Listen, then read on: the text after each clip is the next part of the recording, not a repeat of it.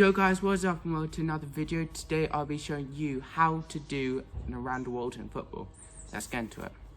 Okay, so first you want to bounce the ball on your foot and focus on bringing your kicking foot up and around the ball and your non-kicking foot jumping slightly to get more momentum on the ball, like this.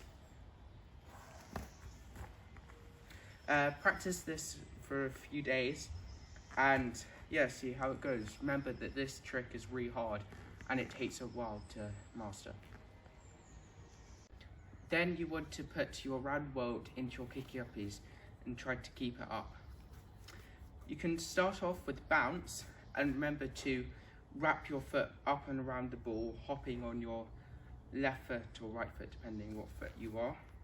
You also want to connect with your pinky toe or your big toe depending on if you want to go around clockwise or anti-clockwise, so like this. So first you want to try with the bounce, and it doesn't matter if you don't keep it up, that doesn't matter.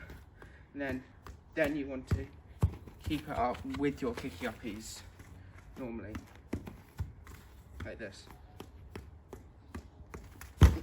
Oops.